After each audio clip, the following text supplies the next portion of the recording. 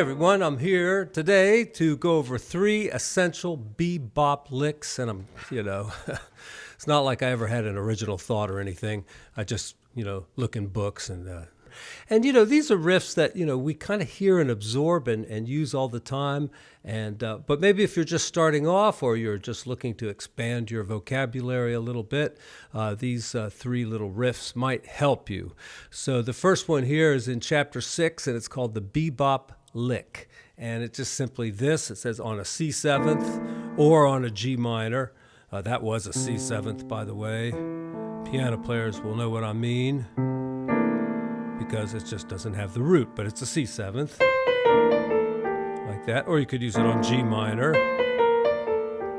going to a C or something.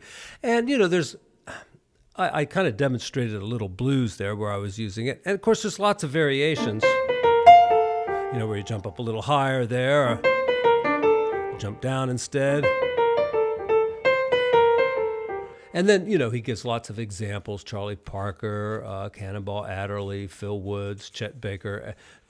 And, I don't think any of those great soloists used this book and said, okay, now here's a bebop lick, I got to put it into my solos. It's just something that seems kind of to have evolved naturally.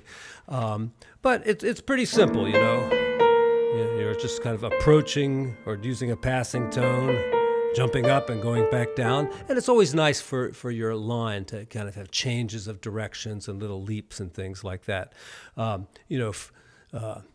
Miles Davis said once of Freddie Hubbard, he just runs up and down the scales and stuff. And, that's not a fair criticism. Miles runs up and down those scales too himself. Let's look at a few other examples. Yeah, right there at Clark Terry. So right there. All right. Okay, that's the first riff. Let's go over the second one. Where was that one? What the fuck is it? Here it is. Cry Me a River. You know the song. Now you say you're lonely, but I don't really give up. All right, so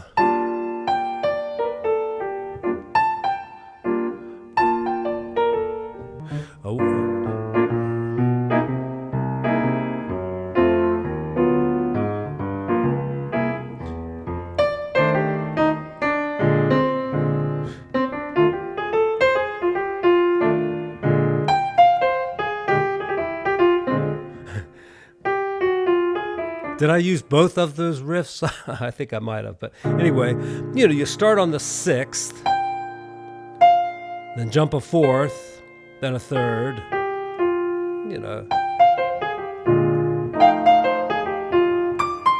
And really, you don't have to start on the 6th. You could probably use this riff in other places too. Like start on the 9th or on the 6th.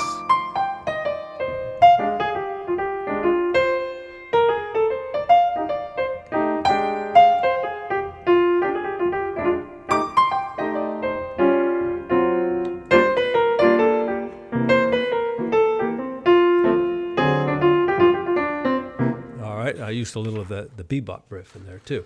Now, here's one. I noticed this the other day when I was listening and editing one of my videos, is that every riff I played seemed to end with one of those. And here it is, the Gone But Not Forgotten lick.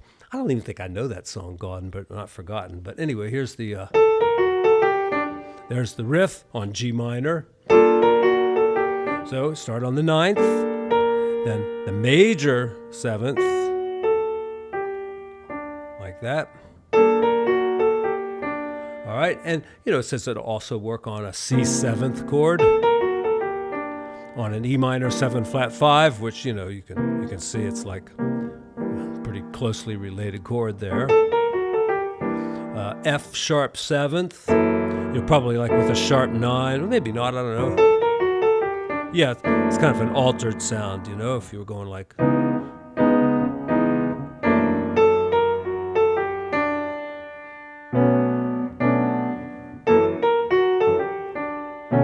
I don't know about that one. It's not quite as great sounding. B flat major 7th. Let's check it out.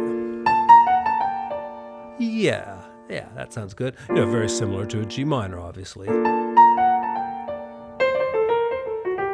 In fact, I'm still kind of thinking G minor in my head. And some examples, Chet Baker from Autumn Leaves. I don't know where in the solo it was, but...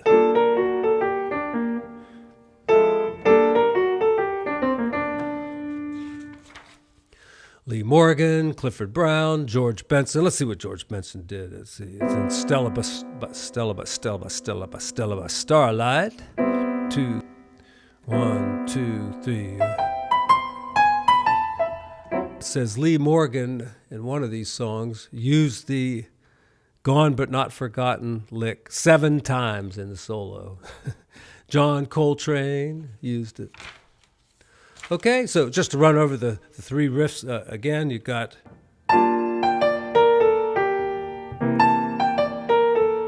Gone, and then the Gone But Not Forgotten riff. All right. I do that all the time. That needs to be gone and forgotten in my repertoire anyway, because I use it too much. And then the other one, the bebop.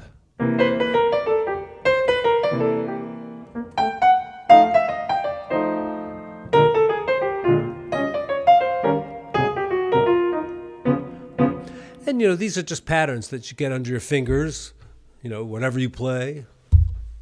You practice them, and then they'll work their way into the solo. You don't want to try to force them in there, but if you practice them, go through the cycle, they'll become very familiar to you, and your fingers will just go there. And, a lot of when you're improvising, people will tell you this all the time, don't think while you're improvising. Well, I don't know about that.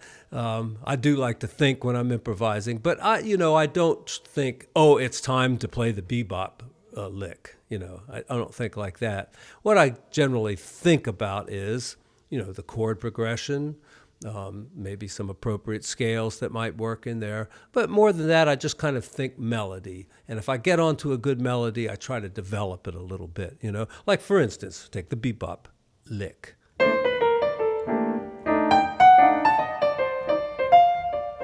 All right, now how could I develop that?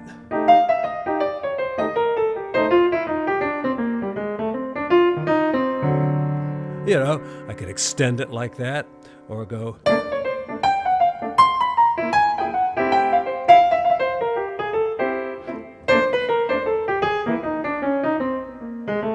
Yeah. Just come up with ideas kind of based upon whatever riff it is that seems to, catch your attention there for a minute. Let's do something that's just completely random here. How about something like that? Okay, there's that thing at the end there that I want to avoid, but here we go.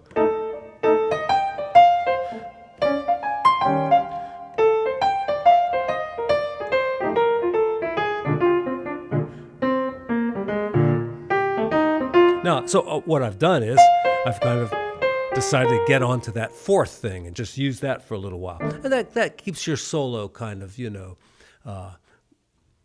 organically connected, I guess you could say. It makes it make sense so that, people that don't really understand jazz still can get something out of it. They can hear you going dee-da, da-da, da-da, da-da. And, you do that up until the point where you think maybe people are going to start thinking, why does he keep doing ba-da, ba-da, ba? Stop that. All right, that's it for today. Hope you enjoy the licks, and see you again back here again real soon, of course. Bye-bye.